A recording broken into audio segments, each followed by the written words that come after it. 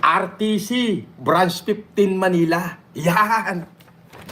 Ang ginawa ho ng NBI noong 2020, dahil wala na ho sigurong maidadagdag na kaso sa akin, kinasuhan ho ako anti-alias law. Anti-alias law, sinasabi nila ang pangalan ko daw ay Norman Mangusin. At Norman Mangusin at ginagamit ko lang daw ho yung Francis Leo Marcos. Maganda tong kwento na to. Waga, sasagutin na natin lahat ng katanungan ng bobong, estupidong, walang bayag na si Makagago. Okay. Ayan o, maliwanag naman talaga. Regional Trial Court, Branch 15 Manila. Sabi ho dito, People of the Philippines, criminal case number M-MNLL 20-04180-CR-ROO00 for illegal use of alias. Yan ho yung according sa NBI.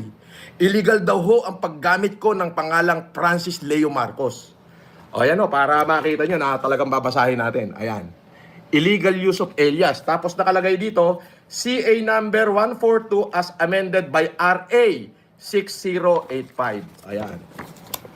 Amended by RA 6085. Nakalagay po dito, Norman Mangusin E. Antonio alias Francis Leo Marcos E. Antonio. Oo. So, ibig sabihin, ang kinakaso ho sa akin, illegal daw ho ang paggamit ko ng pangalang Francis Leo Marcos. Yan ho ay according sa NBI. Dito ho sa RTC, para mas maganda, bubulat-latin natin. Ayan, mahaba ho yan, decision. Ayan, sobra, haba niyan. Iisa-isahin na natin. Okay. Okay. So, sobrang haba ho niyan. Pwede ho kayong mag-download nito sa ano. Pwede kayong mag-download sa RTC Branch 15 Manila. Kasi public document po ito eh. Okay. Ulitin ko po, pakikita ko sa inyo mabuti. Ayan. RTC Branch 15 Manila. Ang nagdemanda ho dito, NBI. Oho, ang sinasabi ho na NBI, illegal daw po ang paggamit ko ng pangalang Francis Leo Marcos. Kaya ho nakalagay, criminal illegal use of alias. Okay. So, wag na ho natin pagtagalin. Lagay na ho natin sa decision. Ito ho kasi kaso na to, ipinail nila sa MATC. Hindi po ako nagpakita sa MATC, hindi ako sumagot, walang kwentang kaso. Sabi ko, bayaan mo, nag-waiver of appearance ako. Totoo po yon. Ikinonvict ako ng MATC for the reason na hindi ko dinipensahan yung sarili ko. Okay? So, dito na ho tayo sa ano ha, dito na ho tayo sa dulo. Para mas madali. Okay. In view of the foregoing circumstances, dito tayo sa ano? Adherence. Hindi ho nagpakita nung pinatatawag ng Branch 15 yung mga NBI. Dahil dinala ho ng abogado ko sa RTC eh. Hindi ho nagpakita na yung NBI. So eto ho, para ano, pwede nyo hong i-download ito. Pwede nyo hong i-download ito sa ano, i-download ito sa Branch 15 Regional Trial Court Manila para makita nyo. Ayun o. Ang date po niyan is Branch 15 Manila. Naka-date po siya ng eto po, order. Ayan ho yung order. February 2023. Ayan. 22nd day of February 2023. Ayan ho yung date. So, dito na ho tayo. Babalik na rin ko yung camera para mabasa natin.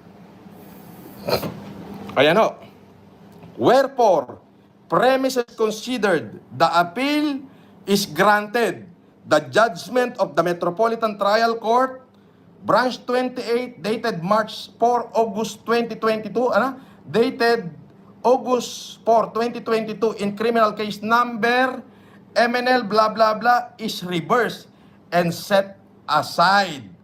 Accordingly, ayan ho, nakalagay ho, acquitted. Acquitted ho ako dyan. Pirma ho ni Judge Eduardo Ramon R. Reyes Jr. Ramon Reyes. Ayan ho, ang isang kasagutan sa kay Makagago. Opo.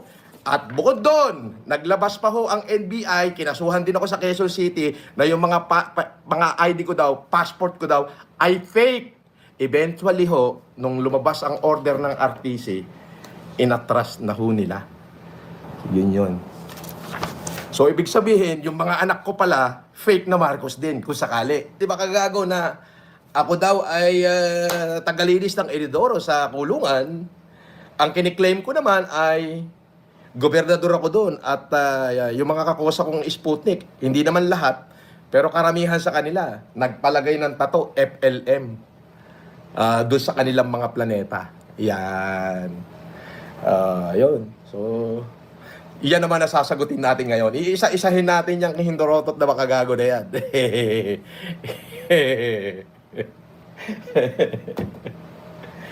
Ay, nako. Tapos, pagkatapos ko sagutin nito, tatanigan natin siya ng 2 araw para gumawa na ng waiver.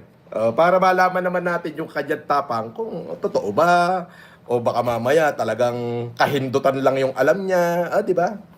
So, ayun. Dali, radyohan ko lang. Bakit na si Richard kung nandyan na? Ayan.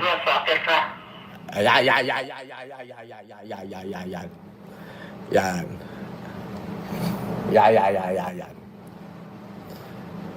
Actually, sa RTC Branch Manila, pwede nyong i-download pati yung aking mga dokumento ng birth certificate ko. Korte yun eh. So may kopya doon lahat, isang file yun. Download nyo na lang. Huwag nyo akong gawing bobong katulad nyo. Pasok! Richard! Liha. Dali. Sige, dito ka. Ayan. Kumusta, Kosa? Hello, boss. Eto. Kumusta? Unang tanong. Anong pangkat mo? Sputnik. Kaya mo patunayan yan? Oo naman, boss. Okay. Totoo ba na ako daw, nung ako yung gobernador nyo, tagalinis daw ako ng Inidoro? Malabo yun, boss. Ganon. Kumusta na buhay-buhay? Kalalaya mo lang daw kanina. Oo, boss eh. Ganon. Okay, ganito. Patutunayan natin yung talagang Sputnik ka. Okay, boss. Sige, babalik ta rin ko yung camera. Pakitingin ng tato. Patingin ng tato. Nakasampa kayo dyan, boss. O yan! Sputnik! Putik! Sputnik! Putang ina ko may... Ano yan? FLM ba yan? Parang hindi naman. FLM, boss. FLM! Puta, ibig sabihin... Anong ibig sabihin? Ano ang... Ayun, puta. Sputnik nga! Marami Puta! kaming may FLM doon, boss. Marami kayo doon. Ibig sabihin, respetado nyo ba sa FLM? Siyempre naman, boss. Ayan ha. Screenshot nyo na dali. Sputnik. Hindi, baka sulat... Baka ballpen lang yan, ha? Puta, baka naman mamaya, i-drawing lang natin yan, puta. Boss. Ha? Lawayan muna natin. Eto, may laway yan, ha? Ayan, basa. Ayan, boss. Puta, Totoo yan. Sputnik. Ayan, Sputnik nga. Ito yung gob namin doon eh. Teka. Sige, dali. Ayan. Poke ng ina mo, makagago. Ano na? Kupal yun eh. Ayaw mo lang ako. Huwag kayong makikilala. Baba mo na yan. Ang sinasabi daw, wala daw akong tato. Bakit daw ako naging gobernador kung wala akong tato? Ibig sabihin, pag walang tato ba, patukin? O pag walang tato, yun ang tunay na matigas? Oo, boss. Totoo yun. Totoo ba yan? Yung walang totoong matigas doon. Yung walang tato. Bakit? Pagka maraming tato, ano ibig sabihin nun? Dyaryo. Oo, boss. Ginagawang libangan. Yung maraming tato. Okay. Alam mo yon, yung maraming tato, ginagawang libangan doon. Oo. So, ngayon, iliwanagin natin, tagalinis daw ako ng Inidoro. Sabi ni Bakagago. Di, boss.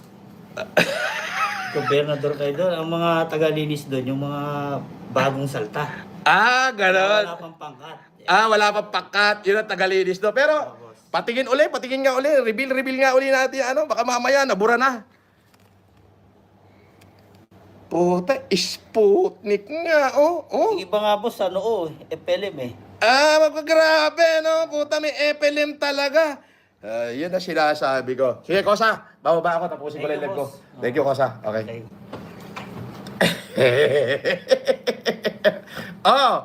Kinang ina mo, supot! Ano na?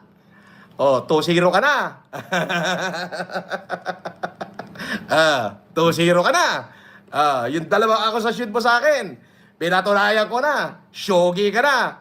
Ngayon, eto lang, simple-simple lang yung sa akin. Huwag ka na humamon. Nagpa-advise ka pa na magpupunta ka ro sa Annex 2. Hindi ka nila pagbibigyan doon. Nalaman ko na, sinabi sa akin yung empleyado. Kinang ina mo. Eto, gumawa ka na nito. Huwag ka magsasabi na Sputnik. Baka magalit sa iyo yung buong pangkat ng Sputnik. Mentras hindi ka nila pinakikailaman, huwag mong idamay yung pangkat namin. Huwag mo isali sa kagaguhan mo. Okay? Kasi kapag sinali mo sa kagaguhan mo yung Sputnik, baka diyan ka matunaw. So, huwag mo nilang idamay. Tama na yun tayong dalawa. Okay?